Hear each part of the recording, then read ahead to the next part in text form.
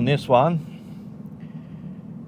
we are walking through the car that I just purchased, which if you can't already tell what it is by the interior, or if you haven't skipped forward to see what it is, we are driving a 2022 Subaru BRZ.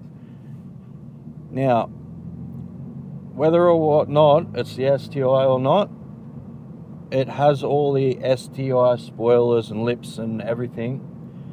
But a lot of research that I've done, apparently they're meant to have strut braces and all that kind of stuff. But we'll see. I don't know if that was extra or what goes on there. But I purchased this car a week or two ago.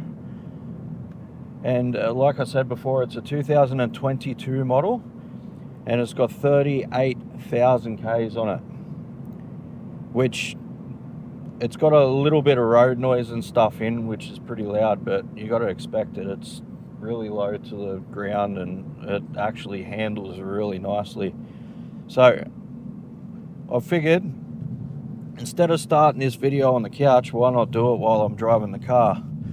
So we are taking it for a run through Jamboree, and then we'll park up somewhere nice and we'll do a walk around the car, and I'll show you these little features, because even in the Speedo it's got cool little features, which has got track mode and stuff like that. But when I first brought it, I actually had a good laugh, because this middle button here, if you can see it on the camera, it's just got a blank spot, but they put a stick figure getting launched out of a chair with an eject button. But these cars are a 4-seater, which when you've got these seats back in a comfortable position, you haven't really got much leg room in the back, which I'll show you later on when we pull over somewhere. I'll give you an interior run as well as an outside run. But until then, I'll drive you through Jamboree. I'll try and position this camera so you get a good dash cam footage of the run through there and see what it handles like. But we're just coming to the start of Jamboree now, so I'll pull over, I'll readjust the camera, and I'll try and get the best shot. But until then, I'll stop rambling, I'll pull over and I'll start adjusting it.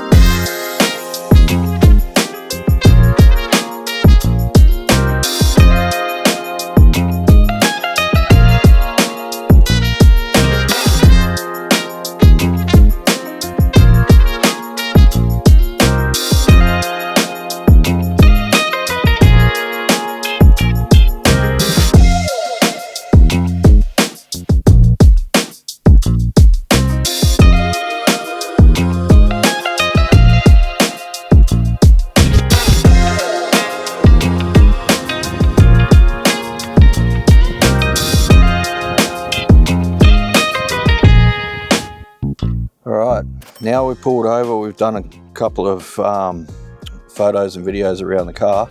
I'll flip this around and I'll run you through the interior a little bit. So with the dash, even though it's flickering because of all the LEDs, so one thing you've got over in the corner there, which you probably can see, you've got a G-force meter in it, which if you go down it shows you all the G-forces you've done. Go down again, it's got your torque and power. Then you go down and you've got a lap timer. So you go into it and then you click it and then you press the right arrow and it does your lap. It just keeps going like that, and then it'll come up with your best lap as well. and then you just push it again to stop it, and then your left one clears it. But it's cool little things like that. So when you go back, you go over. So it's been running about 8.6 per 100. So it's been pretty good in that case. But this is the interior in the back, which I'll jump out and I'll give you more of a run on that. But I'll turn you around and you can see the actual, that's your center console. So I've got mine hooked up to my phone at the moment. So it's got your Waze. I've got it set so it's got that, so you can change all your music and stuff on it. If you go home, it's got all this different settings as well, which you can actually customize your stuff as well. So you've got all that. You go over sounds, navigation, radio, phone, car, all that kind of stuff. And one thing that I did learn with this is if you come back over here, around the actual outside of your speedo, you've got that yellow line, which it comes with a shift indicator. So once it gets to 5,000 revs, it beeps at you and tells you to change.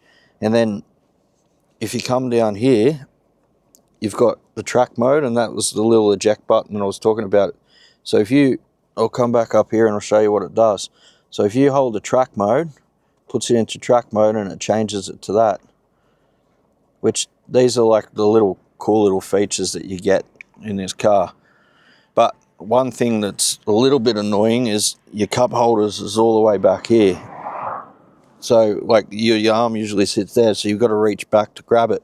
But I'm not going to worry about that too much. It's got heated seats as well, which is a plus. But you've also got a cup holder in the side there. Then you've also got your fold-in mirrors, which is a cool little option as well. So when you come around here, you've got this little latch at the back. Pull that forward. Little teddy. So these are your back seats. It's pretty, they're good. They're back bucket seats, but once you have them fully done, have a look at the seat space if it stops going forward. But you've got no leg room. You have to sit right on the dash if you want to do it. But anyway, I've done you as a quick walk around. I'll show you the boot as well. Which the boot, I've got a towel in there for the crib tin. So the boot, you haven't got much space in it at the moment because I'm guessing they usually have a space saver in here, but it's got a full-size rim in it at the moment. So I'm going to have a look at getting maybe a space saver or something, so I've got a little bit more boot space. And yeah, it's got the little wing. But all in all, it's a pretty good car. We'll get back on the road and I'll explain to you why I actually bought this car and what the whole thing with it is. But until then, I'll strap back in the car, we'll get back on the road, and I'll switch us over to the GoPro. All right, we're back in the driver's seat now. So, one of the reasons why I brought this car is because I've always been into my JDM cars, which is your Japanese domestic market. So I've always been into the sports cars, like your Skylines, your Silvias, and all them kind of things, which when these first came out, because the BRZ is exactly the same as an 86, but there's just like a few different sides on each of them. So your 86 is Toyota, your BRZ is Subaru. So when these first came out, which I'm pretty sure the first year that they came out was 2013, which I kind of fell in love with them when they first came out, but never really had the chance to own one or have one. So it wasn't until recently I just went, stuff it, I'm getting one. So then that's when I went looking around, and I was looking at the oldest models, and then this one popped up, and then just I kind of fell in love with it the first time I seen it. Which, I don't know if it's a midlife crisis or whatever, which I don't know if you have one at 35, I don't know. Comment down below and let us know if you call it a midlife crisis or not. But I've still got the bike, so you'll still see the videos on the bikes and stuff. I've still got the Valiant, which another video will be coming up on getting that ready for Summer Nats again, because it's in Summer Nats the next one as well. But now you've also got another one where I'm going to be doing up this. So I've already priced up exhaust for it, so I'm going to be installing the exhaust, so that's all going to be done by myself, unless I do the extractors and stuff, but we'll make that decision in a later video. But I want to also do rims and just like little stuff just to make it mine, because that's one thing that I've always believed in. If you have a bike or you have a car, you can leave it stock if you want, it's up to you, but I always like adding little touches just to make it your own and make it yours. But anyway, I've had probably enough rambling now, so I'll flip yous around and we'll drive the rest of this road out.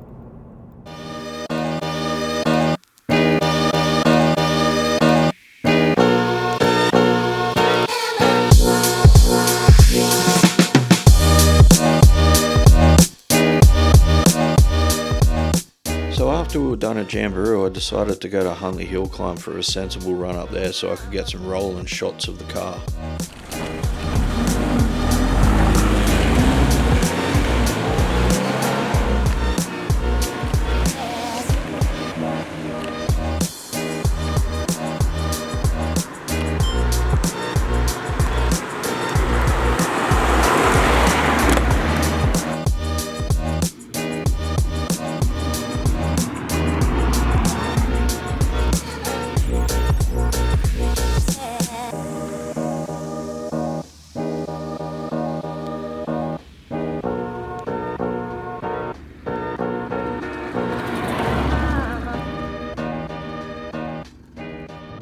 Alright, something I forgot to mention to you as well is I'm going to be looking at doing track days and stuff in it soon as well.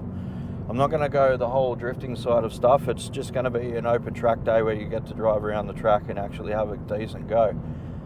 Because, all honesty, you can't really open it up around the roads because you've got to follow the road rules and all that kind of stuff. But I reckon I've always had the slight thing where I've just wanted to go on a track, give it a go, and actually get a feeling of what it's actually like to throw cars into corners and stuff legally. But anyway, I'm going to leave this video at that. So comment down below and let us know if you've ever owned a Japanese car or ever drove one, or what your actual car is. But let us know what you actually think about the BRZs, if you've ever owned one or seen one, or vice versa, or whatever. But until then, I'll see you in the next video when I'm either on the bike or I'm upgrading this or getting the Valiant ready. I'm not too sure where I'm going to go yet, but I haven't been able to get out on the bike for a while because of all the rain. So if we get a sunny weekend next week, may as well get the bike out. But until then, I'll see you in the next one. Peace.